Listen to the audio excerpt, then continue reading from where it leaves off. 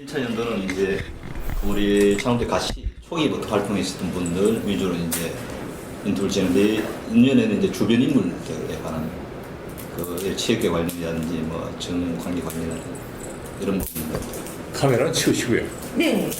이건 뭔가요? 저희가 녹음기, 이 보조 녹음기고 주 녹음기고. 이 녹음기가 무슨 이렇게 나오나요? 예, 손이 요즘 좀 이게 고음질로 해가 나온 게 있는데 그겁니다.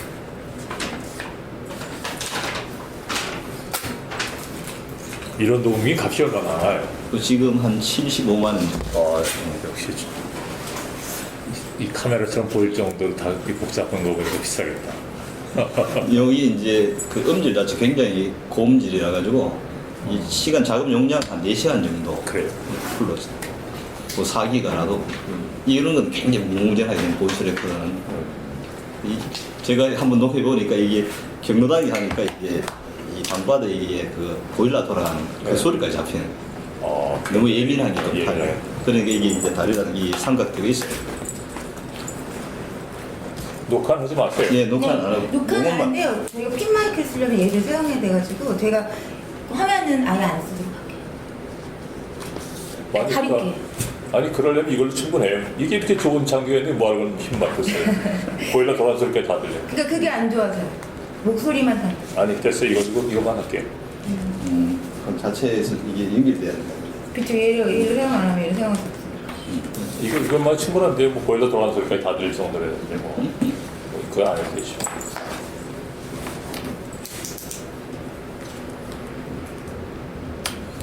이런 거 하는 걸로. 그러시고 저기 한 3시간 정도쯤이면 괜찮겠죠? 예, 조정근덕으로. 오케이. 예. 하시죠. 예, 반갑습니다. 이렇게 또 귀한 시간 별 말씀. 내주셔서 별 말씀. 저희도 이제 아산정경과 그리고 현대그룹 성장과 관련한 구술 인터뷰를 지금 1차 년도 사업을 진행하고 있습니다. 구술의 어떤 편을 위해서 일단 구술자, 저는 면담자, 창업자 이런 호칭 공유해가지고 일단 인터뷰를 진행하도록 그렇게 되겠습니다. 먼저 우리 구술자 개인생에 대해서 좀 여쭤보도록 하겠습니다. 이 구술자 유년 시절에 대해서 좀 말씀해 주시겠습니까? 생년월일이라든가 안 그럼 어릴 때 가정 환경이나 그런 부분을 잠깐 말씀해 주시기 바랍니다. 제 얘기요? 예, 예. 그건 뭐 할 필요가 없지 않나? 일단 이렇게 생년월일이라고 이런 거. 그런 게 다 뒤에 있는데 뭐. 그래도 우리 그 목소리를 저희들 남겨놔야 돼. 그래요. 그몇 년생 고향이 뭐 1953년생이고요. 네. 그 다음에 8월 11일생. 예. 그 다음에 고향은 경기도 시흥입니다. 아, 예. 뭐 그럼 이제 그 학창 시절에 좀 기억에 남는 일 같은 것들은 없습니다. 그러면 뭐 이 본인 인터뷰하고 뭐 큰 관련이 없을 것 같아서 뭐 내가 특별히 얘기할 게 없을 것 같아요. 그럼 뭐 알겠습니다. 한 가지 더 여쭤보겠습니다. 부자 취미생활 같은 거 지금 꾸준히 하고 있는 것 있다. 낚시. 예. 낚시. 낚시. 낚시는 좀 오래 했습니다. 내가 5살 때부터 했으니까 오래 했죠. 5살 때. 예. 5살 때 낚시를 배웠으니까 50년 넘었네요. 그럼 시흥이면 그 낚시할 때가 그 시흥에도 낚시할 때 굉장히 많습니다. 네. 거기도 이제 바닷가도 있고 저수지도 있고 예. 농사 짓는데 저수지 다 있는 거니까 예. 그래서 낚시할 때는 많죠. 그럼 요즘 혹시 그 건강을 유지하기 위해서 어떤 뭐 하고 있는 운동이라는 그런 게 있습니까? 전혀 없습니다. 전혀 없고요. 가끔 이제 그 걷기 하는 거 외에는 없습니다. 워낙 바쁘시게 사실 아니면 그게 아니고 그 뭐 이제 그 뭐 정기적으로 예를 들면 뭐 피트니스 센터 같은 데 간다거나 하는 것은 좀 어려움이 있으니까. 예. 그러니까 휴일 날이나 이럴 때 시간이 날 때 그 걷기 운동을 하고 있고요. 예. 특별히 하는 거 외에는 뭐 특별히 하는 운동 없습니다. 예. 그 물론 주말에 골프 약속도 하고 하지만 골프는 운동이라고 생각하기 어려우니까. 예. 그럼 이제 현대에서 생활에 대해서 좀 이제 여쭤보도록 하겠습니다. 대학을 졸업한 이후 첫 직장을 현대로 오셨습니까? 그렇습니다. 예. 대학을 졸업하고 대학을 졸업하기 전이죠. 대학교 4학년 2학기 재학 중에 그 이제 그 기업 공채에 응모를 해가지고 예. 기업 공채 응모해가지고 현대그룹에 입사하게 됐습니다. 그러니까 1976년 예. 가을에 현대그룹에 응시했었었는데 그때 저희는 그 필기 시험을 보고 입사를 한 응시가 있고 예. 성적 우수자들에 대해서 특채를 했었습니다. 예. 서울대, 연대, 고대, 서강대 예. 에서 20명씩 성적 우수자를 추천을 받아가지고 그 추천을 받아서 약 80명이 받았는데 80명 중에서 40명이 떨어지고 40명 정도 합격을 했었어요. 그때 그 성적 우수자들 그때는 성적 우수자들은 필기 시험을 면제해주고 예. 면접, 영어 면접 두 가지 보고서를 들어갔었습니다. 그럼 성적 우수자로 성적 우수자를 해서 이제 그 특채를 해서 들어갔죠. 그럼 그때 그 이제 현대를 선택했을 때는 현대의 어떤 뭐 점이 좋았다 그런 게 지원이 그때 당시만 하더라도 현대는 다른 그룹에 대해서 유명세가 떨어졌었어요. 예. 사실 저는 그 당시에는 맨 처음에 입사 원서를 대우그룹에 입사 지원서를 했었어요. 예. 입사 원서를 대우그룹에 이제 지원을 했다가 현대가 성적 우수자들을 먼저 뽑는다는 얘기를 듣고 성적 우수자를 신청을 했던 거죠. 예. 그래서 대우 시험은 보지를 못했습니다. 현대그룹에 합격이 돼가지고 예. 필기 시험을 볼 때 대우그룹 필기 시험을 보는 날 현대그룹에서 영어 면접 시험을 봤습니다. 그때는 이제 다른 회사 이제 다시 겹치기 지원을 이제 방지하기 위해서 그랬던 걸로 기억이 되는데 그래서 그 필기 시험 볼 때는 시험을 영어 면접을 봐가지고 영어 면접을 봤죠. 예. 그래서 저희가 아마 조금 일반 공개 체험보다 성적 우수자 공개 체험 면접을 일주일인가 먼저 했을 겁니다. 예. 그래서 일주일인가 2주일 먼저 했는데 예. 먼저 해서 합격자들은 필기 시험 보는 날 영어 면접 시험을 봤죠. 그래서 저는 사실 원서를 맨 처음에 대우에다 냈었습니다.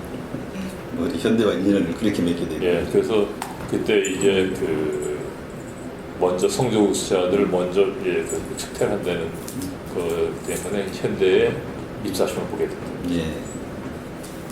그럼 입사했을 때 처음에는 어느 부서에 배치를 받았습니까? 입사해서 그 합격자 발표가 나고요. 예. 합격자 발표가 나고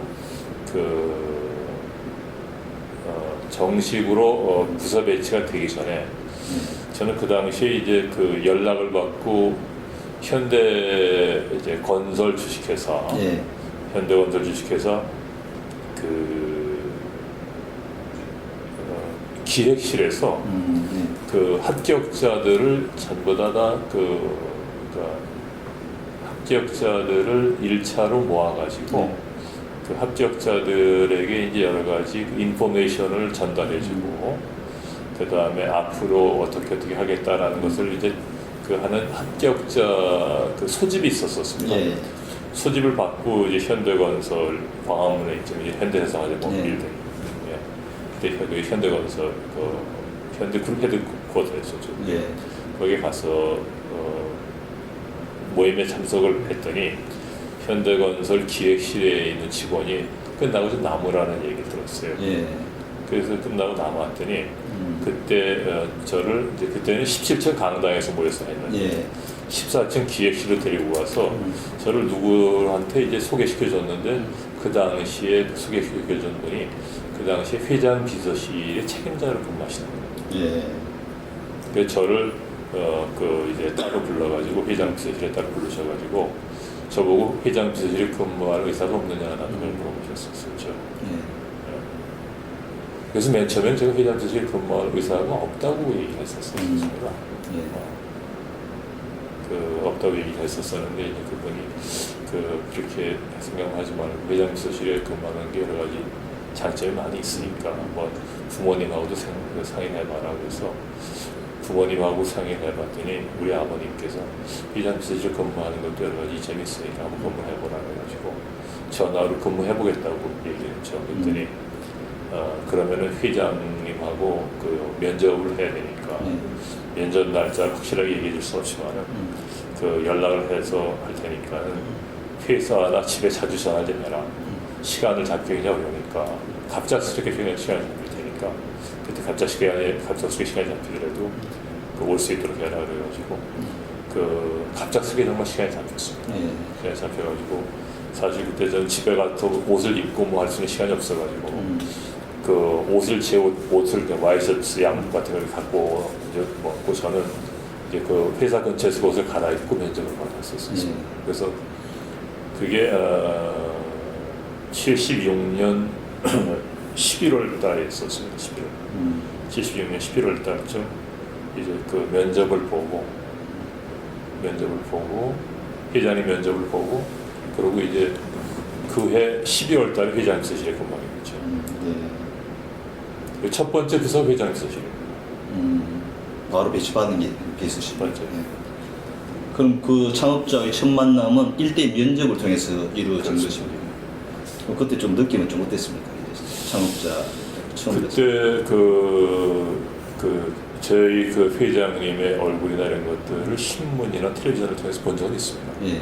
근데 막상 이제 1대1 페이스 투 페이스를 처음 뵙는 네. 거죠. 처음 뵙었었는데 느낌이 저한테 몇 마디 묻질 않으셨어요. 인터뷰에 들어간 시간은 아마 내 기억에 5분 정도밖에 5분 그 이하이지 않았나 싶을 정도로 짧았었습니다. 학교를 어디에 나왔느냐라는 걸 물어보셨고 그 다음에 전공을 뭐 했느냐 다 뭐 나와 있는 거죠. 서류에 나와 있는 거냐 물어보시고 그 다음에 왜 현대에서 일을 하려고 하느냐라는 걸 물어보셨고 그 전에도 다 물어보던 것들이 있었습니다. 그 1차 면접 중에도 다 물어보던 것들이 있었는데 다 물어보셨고 회장 비서실이 일할 게 괜찮느냐 그래서 해보고 싶습니다 말씀드렸고 그럼 나와 같이 1년 정도 일을 해보자 그래 하셔가지고 굉장히 간단한 면접을 봤습니다. 근데 그 회장님에 대해서 그 당시만 하더라도 특별하게 이분이 우리나라를 이끌어가는 거대 기업의 회장이시로구나 라는 것만 있었지 특별한 느낌은 없었습니다. 기업이나 특별한 느낌. 그럼 입사 당시 물론 이제 뭐 회장 비서 바로 했기 때문에 모르겠지만은 그 당시 어떤 그 현대라는 회사의 분위기는 좀 어떤 느낌을 받았습니까? 분위기에 대해서. 저희는 그때 이제 회사에 입사를 뭐 어떤 회사 새로 다니다가 한 것도 아니고 처음 가보는 회사였기 때문에 회사가 이 회사에서 다르다는 느낌보다도 대학을 다니다가 입사를 한 경우도 있어요. 졸업을 하기 전에 입사를 했거든요. 대개 이제 공채는 77년 1월 1일부터 인체를 했습니다. 저는 좀 조기 근무했습니다. 12월 달부터 근무했기 적용을 했는데 그때 회사를 근무하고 나서 이 회사라는 게 굉장히 이 정해진 규칙 따라 아주 엄격하게 생활을 하는데요. 그 다음에 회사의 생활이나 이런 것들은 이제 짜여져 있고, 일반 사회와는 일반 우리 학교 다니는 거랑 전혀 다르구나 라는 느낌을 가졌었고, 이 회사라는 것이 굉장히 엄격한 조직이로구나. 그 다음에 또 그 당시만 해도 현대가 한참 클 때이기 때문에 대단히 일이 많고 바쁘게 돌아가는 조직이로구나 하는 생각을 했습니다. 왜냐하면 그 당시만 하더라도 아침에 저희가 7시에 회의를 했습니다. 회장 주재 회의를. 매일 아침마다 7시에 했는데 대학생인 저로서는 아침 새벽 7시부터 회의를 한다는 건 상상도 못했었어요. 그럴 정도로 현대라는 회사는 굉장히 부지런하고 열심히 새벽부터 일을 하는 회사로구나 라는 생각을 하게 됐죠. 그럼 이제 좀 주제가 몇 가지 주제를 가지고 좀 말씀을 여쭤보도록 하겠습니다. 일단 먼저 우리 창업자 경영 스타일에 관한 질문들을 좀 몇 가지 한번 해보도록 하겠습니다. 보통 이제 창업자 결정할 일이 있을 때 혼자서 하는 편인지 안 그러면 주변에 의견을 많이 물어서 하는 편인지 어떤 스타일로 경영을 하시는지. 저희 회장님은 남들보다는 대단히 뛰어난 안목을 갖고 계시고 판단력을 갖고 계십니다. 근데 아무리 뛰어난 안목과 판단력을 갖고 있다 하더라도 필요한 정보를 수집해서 그 정보를 정리해서 판단하여 그러고서 결정을 내립니다. 그렇기 때문에 그러한 중요한 결정을 내리실 때는 여러 사람들의 의견을 들어보시죠. 어떻게 생각하고 왜 그런 생각을 하는지 대한 얘기를 들어보시면은 결국 그 사람들의 얘기는 종합해서 결론을 내는 건 절대 아닙니다. 네. 결국 결정은 적은 사람의 의견을 할지라도 옳다고 생각되는 결정을 내리시지 다수의 의견이라고 절대 결정을 내리지 않으십니다. 그래서 많은 분들이 회장님이 굉장히 그 독단적이라든가 하는 평가 혹시 내리신 분이 있을지 모르겠지만 절대 그렇지 않습니다.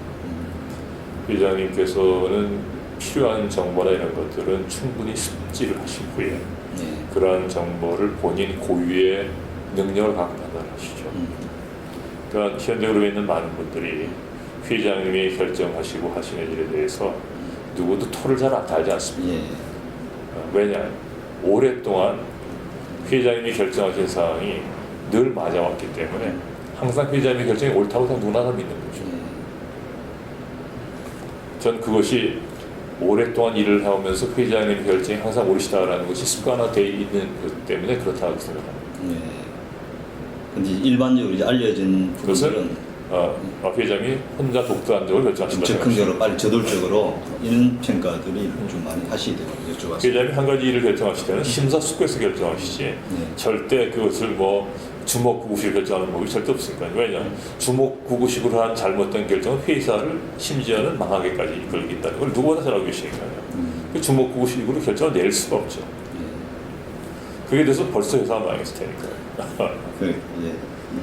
그런 말씀하신 분은 그 회장님의 그런 그 의사결정을 내리기 전에 과정을 전혀 모르고 하시는 말씀이시죠. 주로 이제 회사 바깥에 있는 분들이 오랫동안 같이 한 분들은 방금 이제 그런 식으로 굉장히 세밀하게 판단하신다는 말씀을 많이 하십니다. 굉장히 세밀하시고 그다음에 보통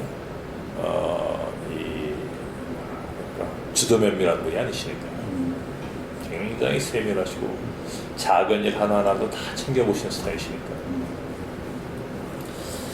그럼 이제 곁에서 보시기에 우리 창업자는 공사를 한 데 있어가지고 이제 이윤과 신용이 좀 충돌할 경우가 있잖아요. 이윤이란 것과 신용이란 것. 그럴 때는 어떤 것을 우선시하는 것 같아요? 당연히 신용을 우선해야죠. 이윤은 전혀 문제가 안 된다고 생각하시니까. 신용이 첫째로 생각하시니까. 저 아니고 다른 분들도 그런 말씀을 많이 하셨을 텐데 그 얘기가 나올 때마다 제일 많이 하는 얘기들이 뭐냐면 고령교 건설공사 얘기를 많이 하실 겁니다. 내가 24를 늦게 했기 때문에 고령교 건설 당시에는 저는 어릴 때 했었으니까 당연히 모르는 얘기지만 선배들이 하신 말씀을 들어보면 고령교가 이제 그 발주가 되었을 때가 1950년대 그 초중반에 발주가 됐단 말이에요. 근데 이미 그때 공사 금액이 그 결정 금액에 몇 배가 들어갔다는 겁니다. 그래서 그 공사를 포기하고 그만두자는 얘기도 많이 나왔었다는 거죠. 그런데 그 빚을 얻어서 그 공사를 갖다 마쳤다는 거예요. 빚을 얻어서. 그리고 그러니까 예를 들면은 그 동생들이 살든지 그 다음에 매제가 살든지까지 다 팔아서 그 공사비에 넣고 그 다 팔고 나서 회장님 때 한 집을 다 모여서 살았다는 거죠. 그때 빚을 얻고 고리채를 쓰고 해가지고 형편없이 돼서 그래가지고 나서 그 공사를 마쳤는데 공사 금액이 그때 얼마였던지 내가 정확히 기억이 없습니다만 어쨌든 그렇게 해서 공사를 마쳐서 대신 많은 금전적인 손해를 봤지만 커다란 신용을 쌓았다는 거예요. 똑같은 것이 해외공사도 한번 있었었는데 태국에 그것도 제가 입사하기 전에 공사가 끝났는데 그 태국의 고속도로 공사인데 태국 프라니티와 공사든가 하는 공사가 있었어요. 그것도 그 당시에 이제 IBRD가 발주하는 공사가 있었었는데 태국이 IBRD 자금을 가지고 발주하는 공사가 있었었는데 그 공사도 현대건설이 처음으로 이제 태국 동남아에 진출해가지고 공사하다 보니까 기후라든가 그 다음에 거기 그 지질 또 여러 가지 공사 환경 이런 것들에 대한 판단 또 IBRD의 엄격한 이 공사 감독 이런 여러 가지 이유 때문에 현대건설이 엄청난 손해를 봤다. 그래도 그 공사를 끝까지 잘 마무리해가지고 그 태국 고속도로 건설 공사를 통해서 쌓은 신용을 가지고 그 후 동남아 진출의 교두보사 그 신용으로 동남아 진출로 쌓은 교두보를 중동까지 이어갈 수 있다. 그 당시에 그 많은 손해를 봤지만 그 손해는 결국 해외 시장 개척에 있어서 커다란 자산이 됐다는 거예요.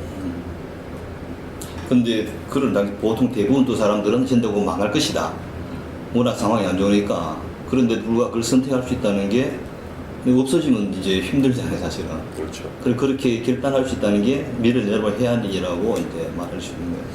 이거 가치를 어디다 두고 있느냐 하는 것이 다르겠다고 봐야죠. 예. 우선 그 회장님은 좀 기업가로서 그 자기의 신념이 무엇보다 중요하다는 것을 그 자기의 그 인생에 있어서의 제1신조를 삼으셨고 예.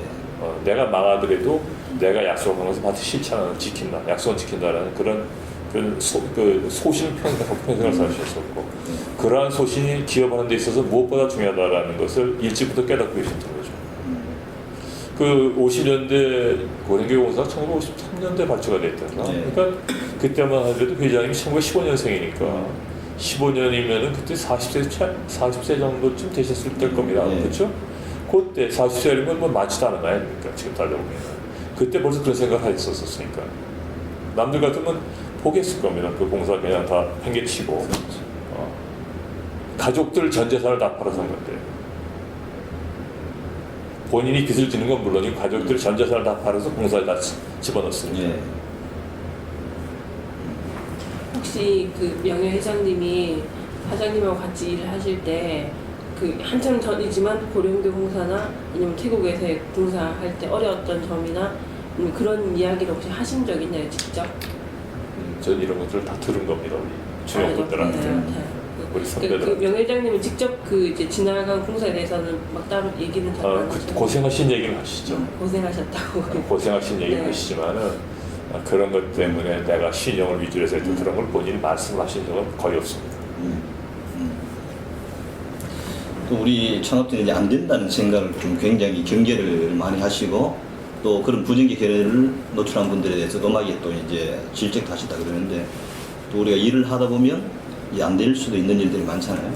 그럴 때 우리 회장의 반응은 좀 어떻습니까? 그 회장님은 그 안 된다는 데에 대해서 대단히 부정적인 생각을 하고 계십니다. 뭐 저희도 여러 번 말씀을 들었지만은 회장님이 옛날에 그 고향을 이제 떠나가지고 서울에 올라와서 하신 것 중에 인천의 부두에서 하역을 하셨답니다. 옛날에 하역을 하셨는데 하역을 하다 보면 거기 이제 노무자들이 이제 단체로 숙소를 쓰고 그 다음에 이제 거기서 기거를 하고 하는데 거기 옛날만 해도 뭐 이 빈대가 우르고 했으니까.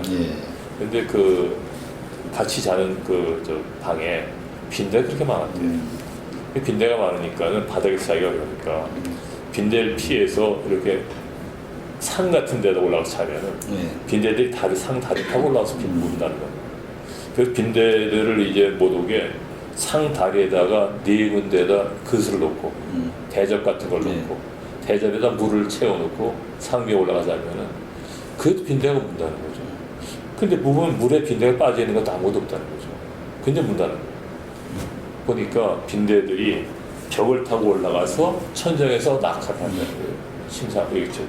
상으로. 그러니까 하자는 빈대도 자기네들이 목표가 있으면은 그렇게 모든 노력을 다 해서 먹고 살기 위해서 노력을 하는데 하물며 마무리 영장인 사람이 하면 된다는 생각만 있으면 못할 게 없다는 게 회장의 신조입니다. 그러니까는 본인도 그런 것들을 우리한테 많이 보이셨지만은 그런 것들을 우리한테 많이 요구하셨죠. 그래서 그 해봤어라는 말씀이 현대중공업에서 막 광고를 해서 해봤어라는 얘기를 갖다가 썼지만은 그 해보고 나서 나한테 하는 얘기냐, 못한다는 얘기, 안 된다는 얘기를 해보고 나서 나한테 하는 얘기냐는 것을 그 일을 해나가는 많은 분들한테 하셨었습니다. 그리고 실제로 안 된다는 일이 된 일이 많거든요. 예를 들면 서산 그 마지막 이 최종 물막이 공사 같은 것들은 누구나 다 그것을 포기해야 된다고 얘기를 했었거든요. 막을 수가 없다고.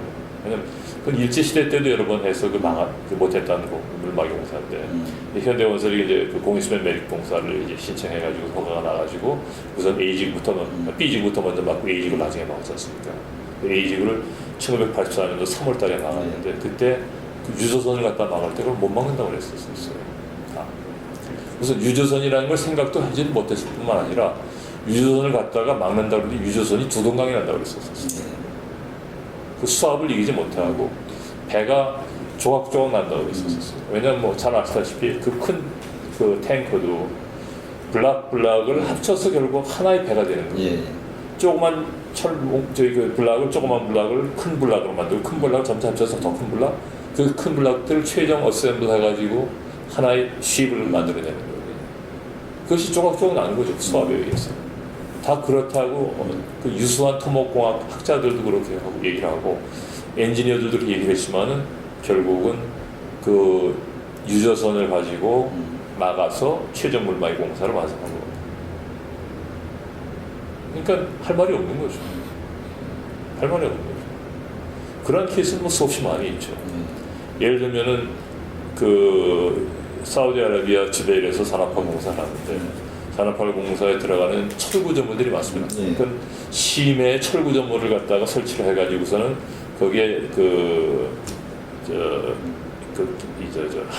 항구 시설을 만드는 거예요. 항만 시설을 만드는 거예요. 주베일 항만 만드는 거예요.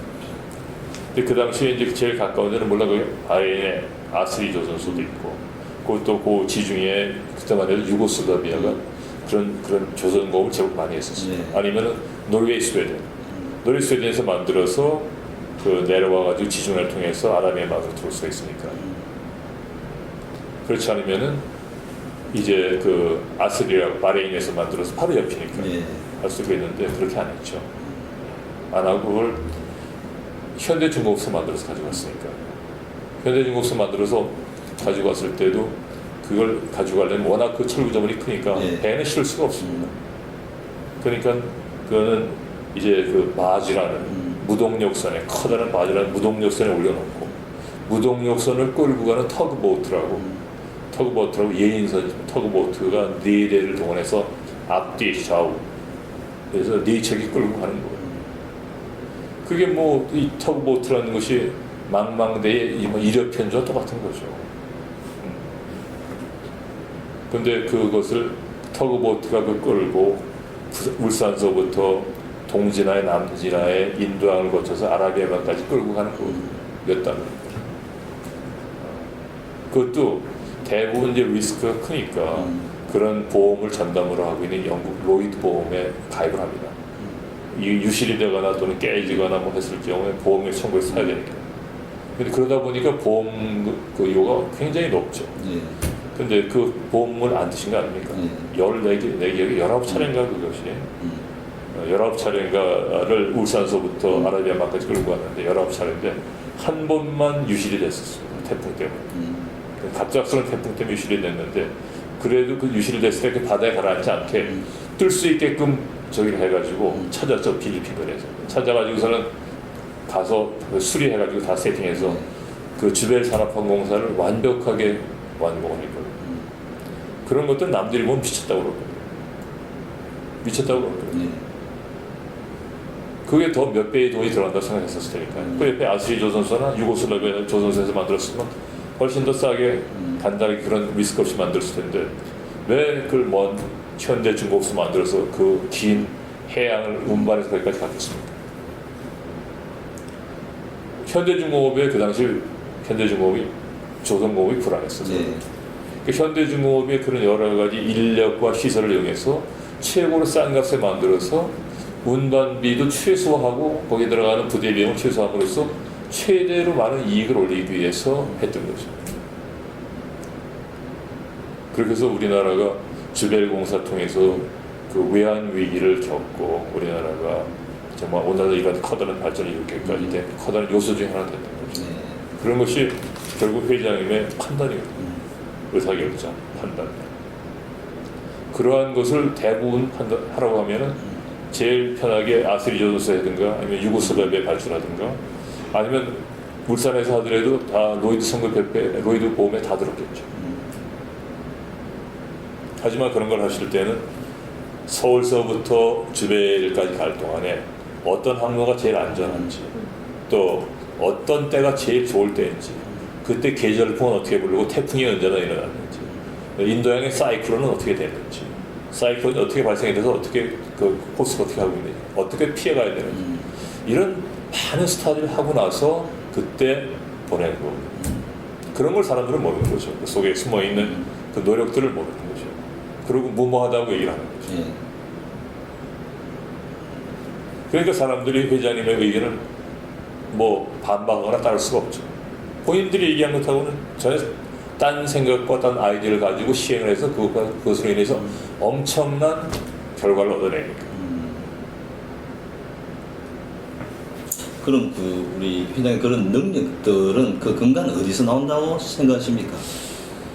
글쎄 이제 그런 얘기들 참 많이 하는데 예. 참 많이 하는데 역시 뛰어난 그 타고난 능력이라는 것이 저는 있다고 보고 둘째는 그 어렸을 때부터 본인이 그런 삶을 통해서 받아들인 그런 여러 가지 경험을 그 지혜화시켰다고 보는 거죠.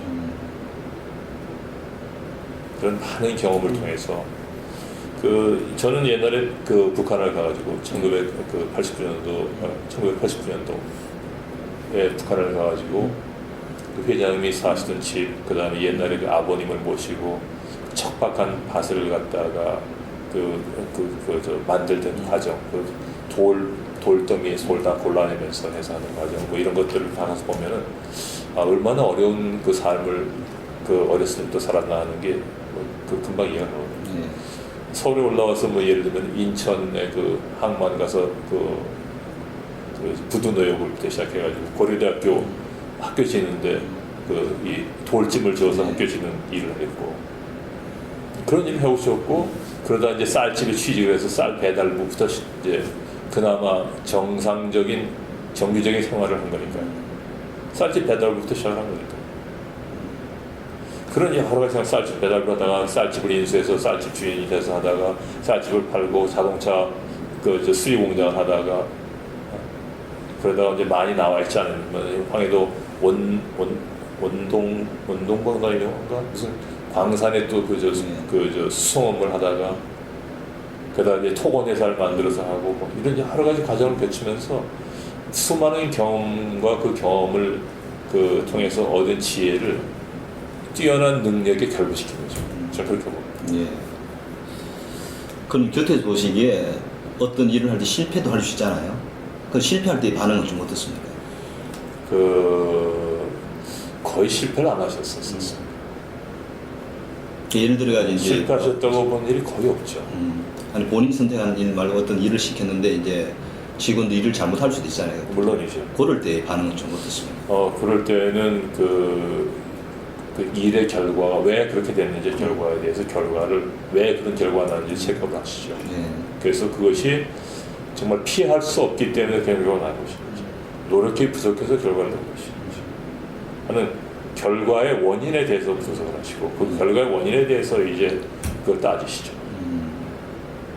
근데 많은 노력을 하고 충분한 노력을 했음에도 불구하고 여러 가지 사정이 원활치 않아서 그랬다는 것하고 여러 가지 사정이 좋은 환경에도 불구하고 충분한 노력을 하지 않아서 그랬다고 여러 가지 다르죠. 예.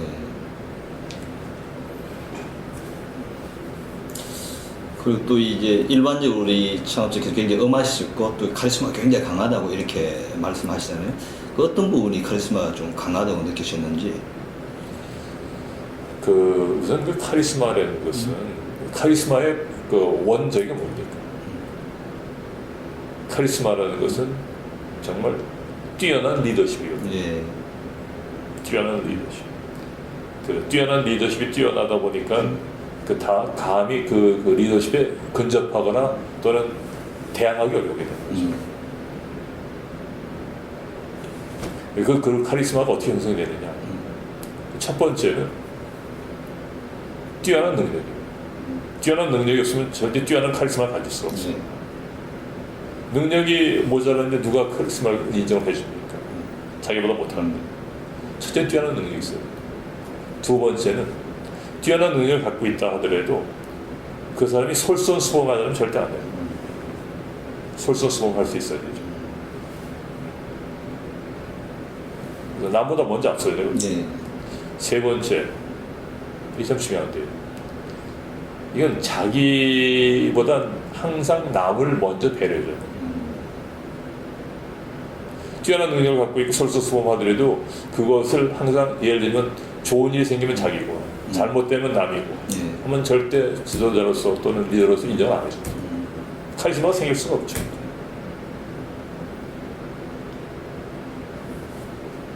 그렇기 때문에 회장님이 그 대단한 카리스마를 갖게 되는 거죠. 그건 뛰어난 능력이 있으시죠. 무슨 일을 하는데 나는 놀고 자고 남들만 일시키면 되겠습니까? 안 하죠. 일하면서 억지로 월급을 주니까 일할지 몰라도 속을 다 일을 걸립니다. 월급을 주면서도 같이 일하고 같이 먹고 같이 자고 같이 놀고 또 일할 땐 자기보다 더 열심히 일하고 그리고 어디 나가서 이제 예를 들면은 남들이 칭찬할 때는 네가 열심히 해서 잘해야 될 거라. 아니 내가 열심히 한 게 아니라 내 부하들이 열심히 잘했어. 훌륭한 부하들 때문에. 이렇게 얘기해야 그게 훌륭한 지도자가 되는 거죠. 훌륭한 리더가 되는 거죠. 그래야 그 사람이 정말 진정한 카리스마를 가졌다고 할 수가 있는 거예요.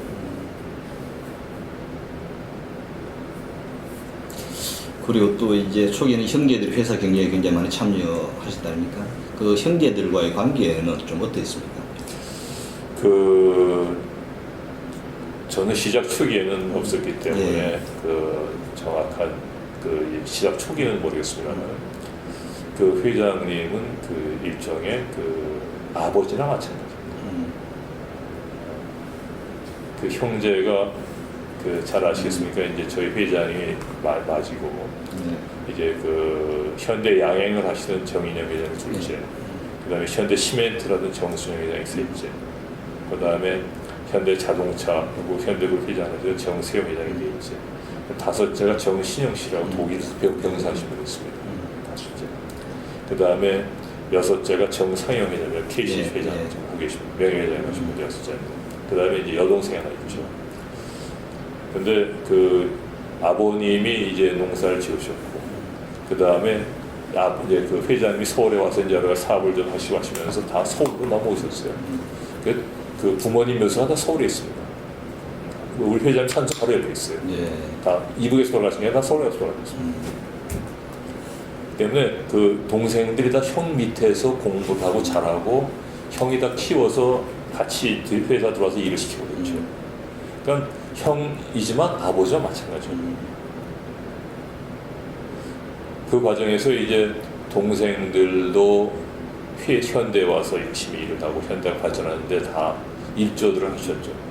특히 정인영 회장님은 그 일본 청산학원을 나오셨는데 아오야마학원을 나오셨는데 그 영어도 잘하시고 해서 특히 현대건설 초창기에 많은 현대건설 발전에 도움을 하셨었어요.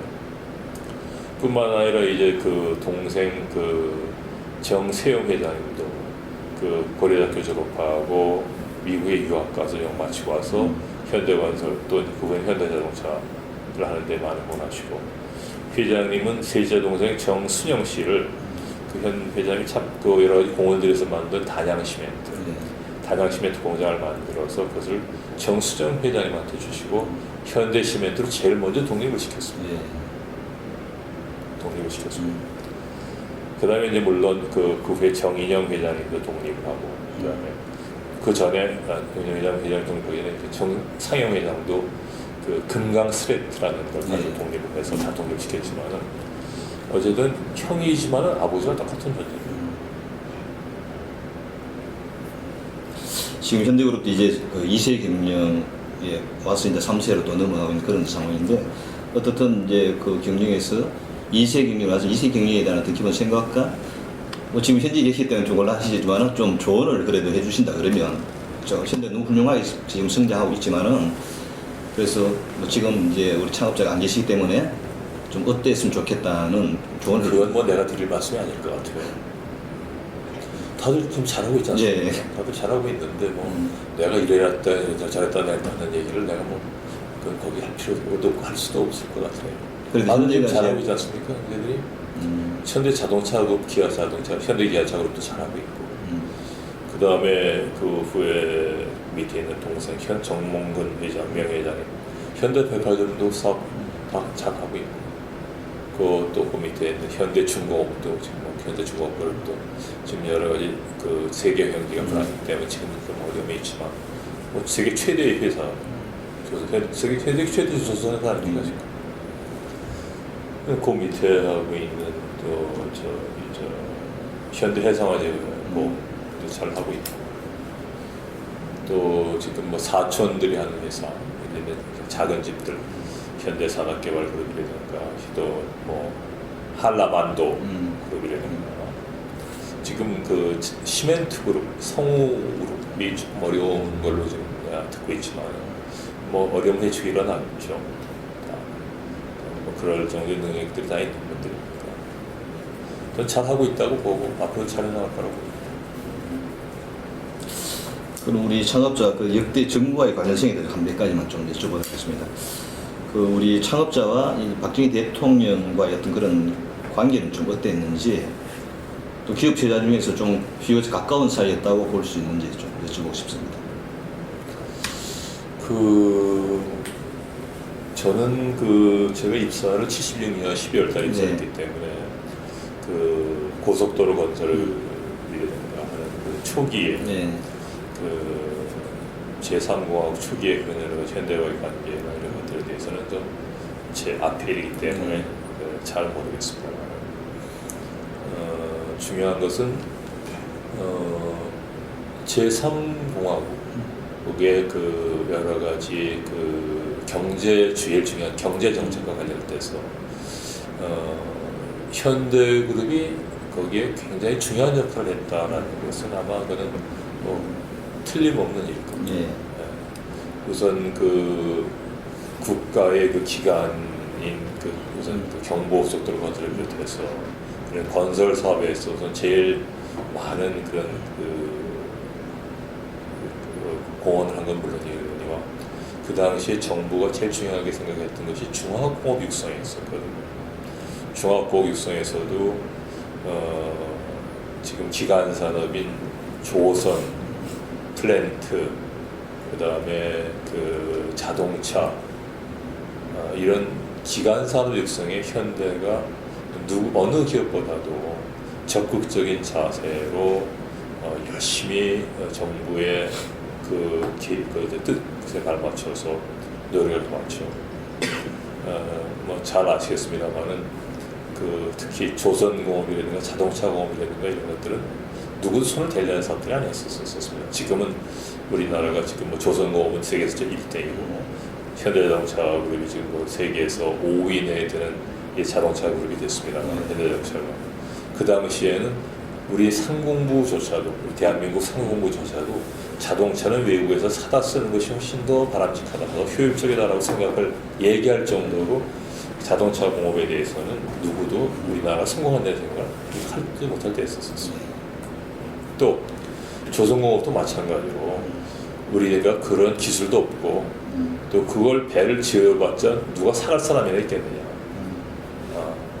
그리고 배를 그런 큰 배를 어떻게 짓겠냐 우리나라가. 배, 그 목선이나 뭐 조그만 그 저희 선박 만드는 것도 쉽지 않은데 우리나라 그런 큰 배를 어떻게 만들겠느냐라는 부정적인 성격이 다시 배득이 있었습니다. 그 당시에 그 박정희 대통령의 그런 그 중화공업 육성에 제일 적극적으로 나서가지고 그것을 갖다가 실현에 옮긴 기업이 현대입니다. 결국은 그 당시도 마찬가지로 왜냐하면 할 수 있다라는 생각을 갖고 앞장서셨던 겁니다. 그렇기 때문에 우리나라의 그 발전에 박정희 대통령이 경제적인 측면에서 많은 공헌을 하셨다면 거기에는 현대그룹의 우리 돌아가신 회장님께서 거기에 아마 커다란 부분을 담당하셨다고 생각합니다. 그러니까 자연히 그 정부와 현대와의 관계가 어떤 면에서 보면은 굉장히 그 밀접한 관계에 있을 수밖에 없었다고 생각하고 그런 과정에서 정부가 오늘날 대한민국 경제를 이렇게 발전하는데 현대 또 돌아가신 회장님께서 커다란 공헌을 하셨기 때문에 지금도 정 회장님이 대한민국 국민들이 생각하는 그 최고의 기업인, 최고의 경제인으로 꼽히고 있는 거 아닌가 하는 생각합니다. 이제 그런 것들 때문에 또 세간에서는 혹시 정경유착이 아닌가라고 이제 말하는 분도 실제 계시거든요. 그런 부분에는 또 어떻게 말씀할 수 있겠습니까? 정경유착이라고 했을 때는 우리가 뭘 그쪽에다 갖다 준 게 있어야 정경유착이라고 할 겁니다. 예. 근데 그 박정희 대통령이 그 시해되고 난 후에 예. 박정희 대통령이 개인 재산이 있었잖아요. 나보다 더 자식아. 그러니까 그런 부분에 대해서 박정희 대통령이 이제 깨끗하게 살은 거죠. 뭐 그런 얘기가 많이 나왔지 않습니까? 예. 무슨 뭐 스위스의 비밀, 그뭐 부자가 있는 나 뭐다 어디 감춰놓은 그뭐 정말 깨끗하게 나왔죠. 그 비서로 계실 때 76년도에 비서실에 들어가셨잖아요. 그러니까 그때 명예회장님하고 박정희 대통령 혹시 만나는 장소에 같이 가시거나 아니면 뭐 만났다라는 얘기 혹시 들으신 적 있나요? 정기적으로 두 분이 공식적으로 다 맞는 거예요. 공식적으로. 네. 그러면은 그 이제 만나고 와서 명예회장님이 박정희 대통령에 대해서 어떤 박 대통령은 이런 부분이 참 마음에 들어 라든지 혹은 뭐 이런 사업을 하자는데 마음이 좀 잘 맞는 것 같아 그런 얘기도 이렇게 밑에 계시는 분들한테 하고 그렇게 하시나요? 아니면 그냥 박정희 대통령 만나고 오면은 그냥 그 만난 거는 그냥 본인만 뭐 어떤 구상이나 이런 것들 다 가슴에 담아두고 그냥 보시는 편인가요? 박정희 대통령이 시해된 것이 79년도 10월 네, 달입니다. 79년 10월 달인데 79년 10월 달에 내가 26살 때 내가 내가 얘기를 하냐면 회장님이 그런 깊은 얘기를 하기에는 나는 직급도 나이도 적절치 않을 때 있었었죠. 그러다 이제 그때는 이제 주로 그러한 얘기들은 네. 그 당시에 그 주요 멤버들 계시던 지금 아마 인터뷰를 하셨을 거로 보이는데 이철래 회장님이라든가 또는 그 당시에 지금 이명박 대통령, 그러니까 이명박 대통령이 현대건설 사장을 했습니다. 또 종합기획실장 하시던 이현태 회장, 또 정세영 회장, 이런 분들하고 했을 확률이 제일 높습니다. 저희가 이제 그런 일에 주요한 일에 인발하게 되기 시작한 거는 12.6이 있고 난 이후입니다. 그런데 이제 제5공화국 당시 이제 중공업에 대한 구조조정이 이루어지면서 현대가 굉장히 큰 어려움을 이제 겪게 된 걸로 알고 있습니다. 이때 보통 창업자의 반응은 좀 어땠습니까? 그 얘기를 할 수 있는 사람들이 몇 명 없을 텐데요. 이제 11.6이 일어나고 나서 이제 전두환 정권이 그때 이제 국보위죠. 예. 국보위가 구성이 돼가지고 경제를 국보위에서 이제 주요 정책들을 이제 이끌어 나갈 수 있었었는데 그 당시 주요한 것 중에 하나가 중화공업 투자조정이 있었었어요. 예. 그 중에서 그때 이제 그 제3공화국 때는 한라, 그러니까 현대양행 그룹이죠. 현대양행이 이제 여러 가지로 어려움을 겪게 돼가지고 현대양행이 하고 있던 사업을 현대중공업에 넘겼습니다. 그것이 현대중공업에 넘긴 게 1978년 7월 31일자인가 7월 1일자일 겁니다. 그래서 현대중공업에서 이제 현대양행을 이제 경영한다는 얘기 나오지. 그랬었었는데 이제 12.6이 79년에 터지고 나서 중화공업 투자조정이 이제 돼가지고 현대양행과 그 당시에 또 이제 발전설비라는 것이 대단히 유망한 사업종이 돼가지고 현대중공업에도 발전 사업 부분이 있었었어요.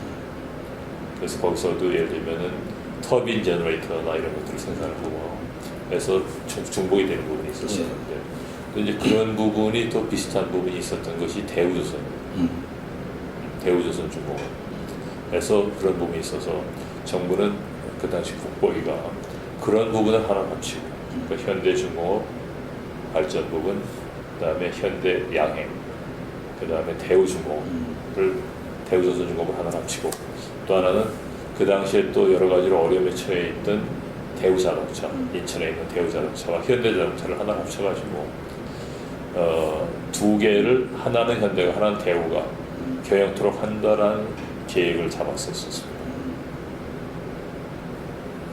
근데 이것은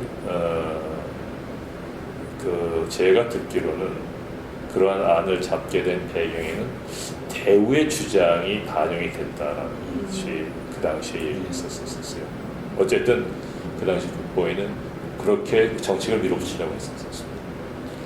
그래서 그 주요한 그 결정을 내릴 텐데 그 당시에는 워낙 발전 설비 부분이 굉장히 앞으로 전망 있는 사업이고 또 많은 이익을 낼 수 있는 사업이기 때문에 당연히 정조영 회장님이 그 두 개의 안을 제시받았을 때 현대중공업, 현대양행,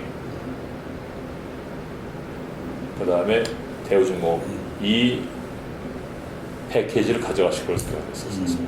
그래서 국보위는 그래도 여러 가지 입장을 봤을 때 현대가 먼저 선택을 하고 대우가 나중에 선택을 한다 이렇게 했었는데 우리가 그걸 택하지는 않고 현대자동차를 택했습니다. 다들 깜짝 놀랐죠. 왜 그 당시만 하더라도 그렇게 자동차 공업에 뭐 그런 것들은 형편없었었어요. 그리고 또 그때는 자동차 불황일 때고 그다음에 발전 설비 부분은 굉장히 많은 시장과 여러 가지가 좋았을 때인데 왜 그걸 택했냐라는 얘기를 그게 뭐 장안에 관심사 있었으니까 우리가 회장 결정했어요. 회장 왜 자동차를 택하셨습니까? 그러니까 회장 나는 창원 공장은 물론 내 동생이 했지만 내 동생이 한 거지만 그래서 내가 거기에 땅을 갖다 밀고 거기에 공장을 세우고 한 건 아니다.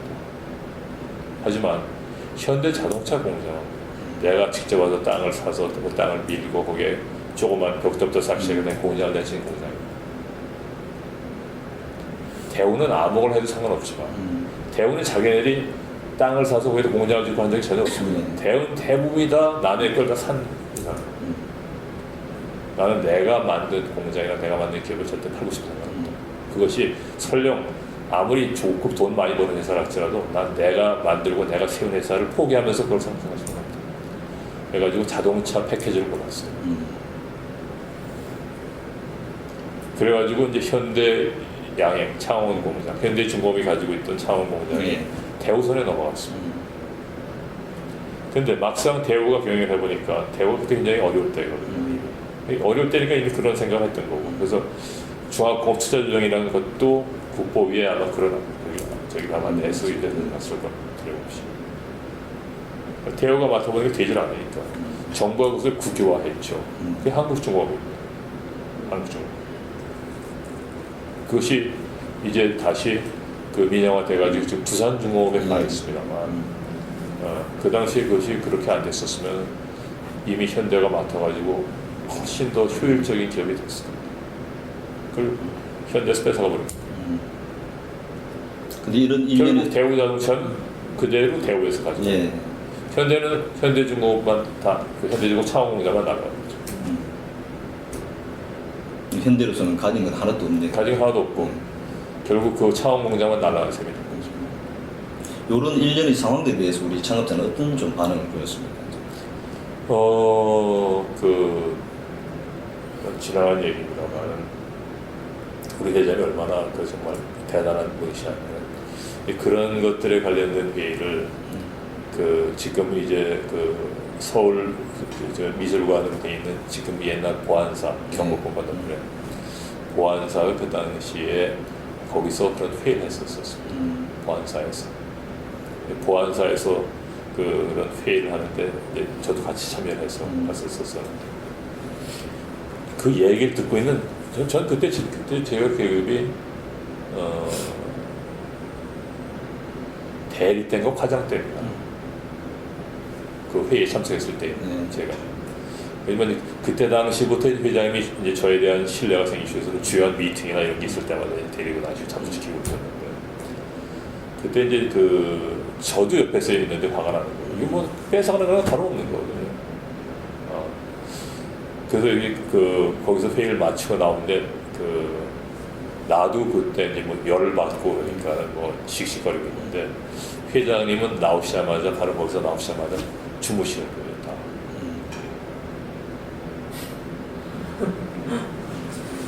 그냥 그걸 보고 그랬어요. 야, 되게 이렇게 본인 엄청난 이렇게 따지면 본인 재산의 엄청난 부분을 날라보낸 빼서 잃어버리는 거거든요. 어떻게 그런 걸 겪으시면서도 당하시면서도 저렇게 나오시자마자 태평에 코를 골고 주무실 수 있을까? 야, 내가 과연 저렇게 될 수 있겠는가? 라는 생각을 해봤습니다. 참 대단하신 거예요. 뭐 그에 대해 특별한 뭐 일반 멘트는 뭐 말씀하신 건 없습니다. 아, 그건 뭐 당연히 거기에 대해서 잘못됐다는 말씀을 여러 번 하셨죠. 하지만 그런 것들에 대해서 뭐 그렇게 이게 단 대박한 거죠. 정말 대박한 거죠. 또 이 창업자의 자선을 보면 한국에서 기업을 하는 것은 이제 많은 규제와 정치론이 굉장히 어렵다고 토로를 하는 구절을 좀 많이 읽어봤습니다. 혹시 그런 어려운 데에서 이제 창업자의 사석에서 그런 개인적인 어떤 그런 부분을 토로한 말씀 들은 적은 없습니까? 많죠. 많죠. 대표적으로 한두 가지만 좀 말씀해주세요. 뭐 디테일한 것까지 기억나지 않네요. 음. 첫째는 우리나라가 물론 여러 가지 오늘날까지 이렇게 커다란 경제 발전이 이루어졌는데 초기에 있어서는 관주도 경제밖에 될 수가 없었어요. 예. 초기에. 근데 이제 관주도 경제에서 이제 그런 여러 가지 기능이라든가 그런 업무를 성격상 그런 것들이 이제 민간주도로 넘어야 될 때가 됐거든요. 예. 그것이 1980년대 초반입니다. 1970년대 말부터 그런 민간주도 경제라는 것이 이제 생기기 시작했거든요. 예. 근데 민간주도 경제라는 얘기만 나왔었지 거기에 따른 실질적인 것들이 모든 게 다 관에 모든 것이 다 있었었고 모든 것을 하기 위해서는 너무나 규제와 간섭이 너무 많았던 예. 거죠. 그래서 그런 민간주도 경제에 대한 얘기들이 이제 70년대 말 80년대 초를 거치면서 많이 나오게 되죠. 그러면서 그 당시에 이제 더구나 저희 회장님이 전국경제연합회 회장을 맡으셨었어요. 예. 77년 2월 1일부터. 77년 2월 1일인가? 2월 며칠부터인가? 77년 2월 달인가? 그때 전경 회장을 맡으셨었는데 전국경제연합회가 그 당시에는 지금 경제단체 중에서 제일 큰 단체고 중요한 단체였었어요. 네. 전경영 회장이 지금은 전 다를 때 있었으니까 그때 전경 회장을 10년간 하셨는데 네. 5번을 연임하시면서 10년간 하셨었는데 그때 저희 회장이 제일 주장하셨던 것 중에 하나가 민간주도 경제. 그 원인이 뭐냐?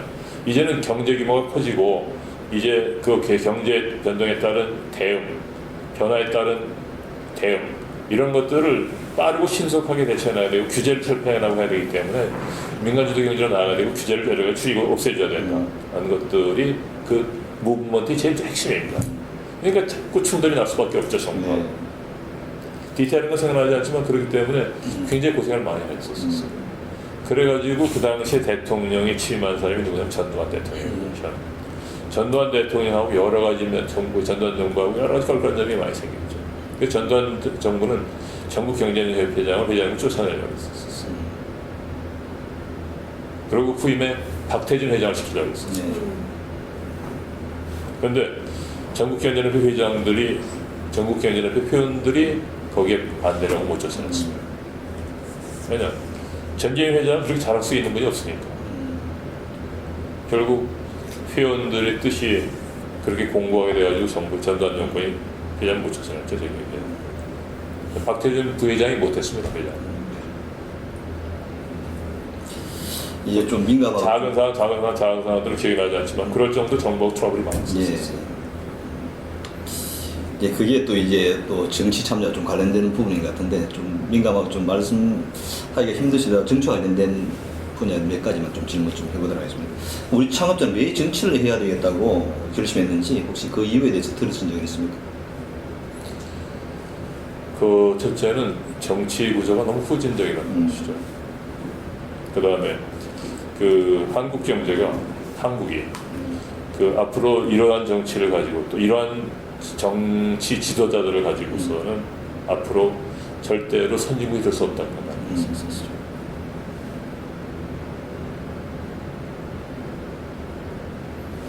그럼 창업자는 정치를 통해서 좀 어떤 세상을 이루고 싶은지, 이루고 싶은 것은 또 무엇이라고 생각하십니까? 더 선진화된 사회, 더 선진화된 국가를 원했던 거죠.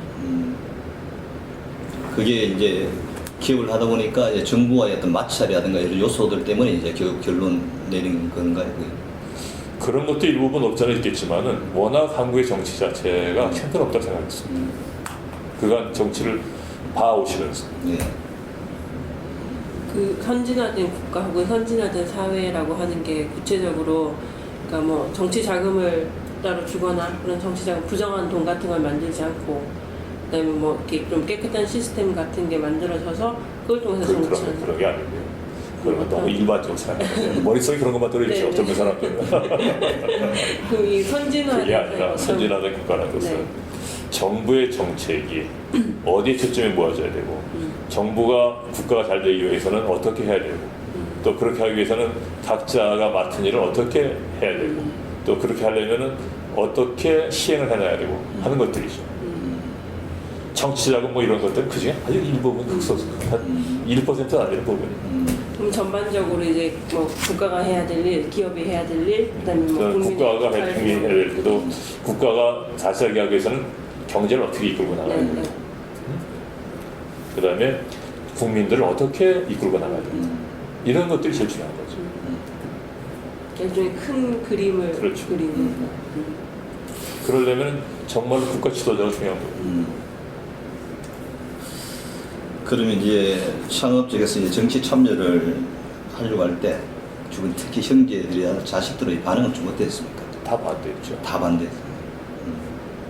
그 적극적으로 표시를 했습니까? 의사. 그러면 다 반대 표시했죠. 근데 우리 창업자에서는 워낙 뭐 강구하게 꼭 해야 되겠다고 말씀하셨다. 다 반대했죠. 형제, 자식 뭐 다 반대했죠. 누가 제일 심하게 반대했었나요? 다 똑같이 반대했으니까 심하게 반대했고 다 똑같이 반대했죠. 일사불란하게 다들 반대했어요. 다들 찬성한 사람이 아무도 없었으니까. 특히 또 우리 그 신문기사 자료를 보니까 이제 창업자의 어떤 대선 출마 경심 당시에 이제 이 문제를 이제 고위 간부들하고 우리 또 난상 토론을 벌였다는 그런 기사가 나왔는데 그때의 상황 좀 어떻습니까? 어떤 임직원들과의 어떤 그런 관계에서 정치 참여라는 사람. 뭐 디테일을 얘기할 건 난 못 된다고 예. 보고요. 간단하게 좀 말씀드렸다는데 그 회장님이 그때 생각하신 정치 참여라는 것은 굉장히 어려울 때입니다. 예. 잘 아시겠지만 지금도 어렵지만 그 당시만 하더라도 더 어려웠었죠. 기업인이 정치에 참여한다는 것은 게다가 이건 모험이에요. 예. 김우중 회장도 대통령 출마하겠다고 그랬다가 정부가 한마디 하니까 쏙 들어가 버렸잖아요. 예. 못 나오고.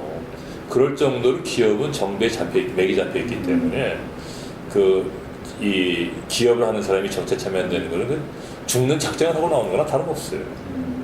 왜냐하면 정부는 은행이라는 금융 권한을 갖고 있기 때문에 기업에 은행이 돈을 주질 않으면 기업이 그냥 망해서 그냥 순간에 부도나는 거예요. 그러니까 할 수가 없죠. 대부분 기업이 다. 그런 얘기를 꺼낼 수도 없는 게 기업 환경입니다. 한국 기업 환경.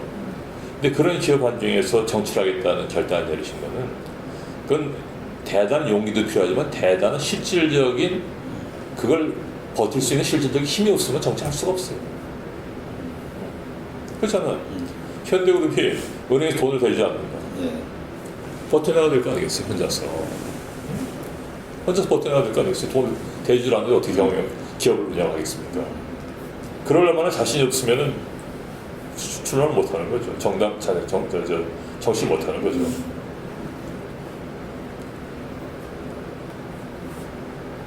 어떻든 그때 회사 임직원들도 그냥 잠깐만 죄송합니다. 예.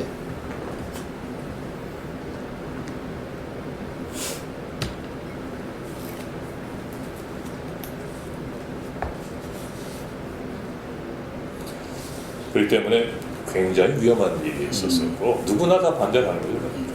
또 정치라는 것이 얼마나 어렵고 또 무서운 건데요. 그러니까 하라고 찬성할 사람이 당연히 없죠. 저도 마찬가지고. 임직원들 전부 다. 아니 임직원이야 뭐 직원들이야 발언할 기회가 없죠. 직원들이 발언할 기회가 없죠. 직원들한테 그걸 공개적으로 볼 상황도 아니죠. 그 당시만 해도 이 얘기는 당시 91년도입니다. 예. 91년도 하반기 때문에 그 당시에 굉장히 이 정치를 한다고 그러면 그 당시 전 정권에서는 비교도 견딜 수가 없습니다. 더구나 그 당시 현대그룹은 또 노태우 정부하고 워낙 나쁜 관계에 있었어요. 아마 회장님이 정치를 하겠다는 결정을 최종적으로 내린 것도 노태우 전 대통령과 제일 밀접하다고 나는 생각합니다. 노태우 대통령이 워낙 형편없는 대통령이었으니까요. 지금 뭐 의식불명예 그저께서 좀 어려운 경우를 당했습니다만 노태우 대통령 시대가 참 어려웠을 때 현대 오히려 전두환 대통령이 있을 때보다 훨씬 더 어려웠을 때가 노태우 대통령이니까. 그 당시 노태우 대통령이 현대 세무조사를 해가지고 세무조사도 뭐 2달, 3달, 뭐 6개월 한 게 아니라 2년간에 걸쳐서 세무조사를 했던 걸 기억합니다.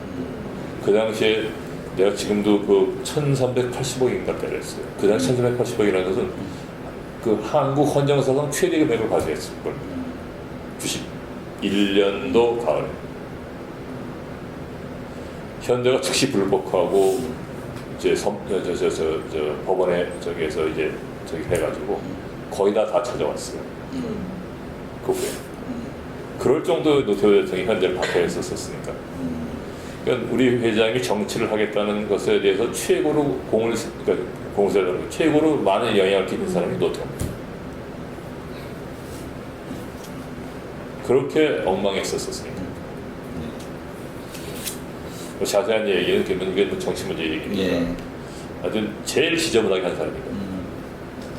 뭐 그런 말씀 다른 분들 좀 하셨습니다. 제일 지저분하게 한 사람이고. 나는 노태우 대통령에 대한 평가 굉장히 아주 험한 편입니다. 그럼 당시 당의 이름이 통일국민당이었는데 이름 이렇게 정해지게 된 배경에 대해서 좀 아십니까? 근데 정치적인 문제하고 회장님의 그런 리더십하고 여러 가지 과정하고 무슨 상관이 있습니까? 이게 전반적인 어떤 그 정치 참여 굉장히 나중에 이제 우리 창업자의 어떤 일생에서 굉장히 좀 힘든 시기를 보내면서 좀 힘들어지는 부분 때문에 좀 여쭙고 싶습니다. 아니, 우리 회장님이 오히려 그런 얘기를 한다면 뭐 물어보시기 수없이 많을 텐데 관련은 그런 전혀 상관없다고 보이는 부분을 집중적으로 물으시는 난 그건 중요하지 않다고 보는데 왜 그런 질문을 그렇게 지속적으로 하시나요? 그 흐름을 좀 이해하고 싶어가지고 좀 그랬습니다. 나 다른 분들한테 어떤 질문을 했는지 모르지만 네. 뭐 다른 분들한테도 여쭤봐야 되겠다. 왜 정치 쪽의 질문을 좀 관심 있게 하시는지. 회장은 경제인이시거든요. 예. 물론 정치에 참여하신 분도 있기 때문에 정치에 대한 부분도 입장 부분 들어가지만 그것은 제가 볼 때 전체적인 것 포션의 10분의 1 내지 20분의 1밖에 아니에요. 10분의 1 내지 10분의 2밖에 안 되다고 보여집니다. 근데 이 부분이 그 다음에 이제 우리 그 창업적에서 굉장히 많은 어떤 정신적인 스트레스와 건강 문제와 또 많은 그게 회장님의 저기 여러 가지 업적과 이런 것을 정리하는 건 무슨 상관이 있습니까? 난 그 김 교수께서 다시 생각해야 될 거라고 보는데. 예, 알겠습니다. 그 부분은. 그러면 내가 볼 땐 그건 중요한 문제가 아니라고 보여지거든요. 정치 문제는. 그래서 저도 한 부분을 생각하고 있습니다. 한 부분을 생각하고 있는데 이제 회장님이 기업을 어떻게 이끌고 경영 철학이 뭐 어떻게 운영하시고 어려운 것도 이런 문제가 중심이 돼서 회장님 문제를 정리를 해놔야 된다는 생각. 근데 저는 이제 우리 실장 오랫동안 같이 근무하셔가지고 이제 다른 분은 이렇게 뭐 깊이 질문하는 그건 없었죠. 그런 문제는 그 정치 문제죠. 회장님이 정치인이랑 그런 문제를 나한테 잔뜩 물으셔도 되죠. 그렇죠? 예, 회장 정치인이 아니시고 물론 정치를 하셨지만 대통령 후보에도 나가서 선거를 하셨지만은 지금 우리가 아산에 대한 지금 것을 갖다 리더십 연구하려고 하는 것은 정치인으로 살려고 하는 게 아니라 기업인 경제인으로 살려고 하는 거죠. 예. 그럼 마지막 그러면 우리 구사께서는 창업자의 정치 참여에 대해서는 좀 어떤 생각을 가지고 있습니까? 저는 회장님의 정치 참여를 초기에 반대했던 사람입니다. 초기에. 하지만 회장님이 나한테 하신 말씀을 듣고 내가 반대를 제일 끝까지 했던 사람이야. 또 회장님이 다행히 내가 하는 얘기는 나하고 연배 차이가 굉장히 많이 나십니다. 예. 왜냐면 우리 아버님보다 연세가 더 많으시니까. 근데도 어떻게 보셨든지 어떤 제가 드리는 말씀에 대해서 꽤 많은 생각을 하시고 어떤 말씀을 드려도 그렇게 크게 개의치 않는 분이 있었어요. 그렇기 때문에 또 주위 분들도 그런 입장을 알기 때문에 저한테 그런 하기 어려운 얘기를 저한테 이제 반응이 좋겠다는 말씀을 하면서 내가 끝까지 반대로 여러 번 반대를 했던 적이 있었었는데 저 역시 그 정치하는 게 얼마나 힘들고 어렵고 그 당시 위험하다는 건 누구봐도 잘 알고 있죠. 어쨌든 싫으나 좋으나 제가 비서실에 입사한 이후에 접할 수 있는 접해야 되는 부분 중에 하나가 정치였었거든요. 누구보다 정치를 잘 알죠. 그렇기 때문에 하지 않으시는 것이 좋겠다라고 말씀드렸지만 회장님께서 여러 가지 얘기를 하시면서 하신 말씀을 듣고 이건 하셔야 되겠구나 라는 생각을 했습니다. 말씀을 듣고 나중에는 좀 이제 긍정을 좀. 네, 그 말씀은 이제 좀 남기고 싶은 생각이 없습니다. 예. 그렇지만 그 말씀을 듣고 나서 회장님이 정치를 하시겠다는 뜻을 내가 이해했죠.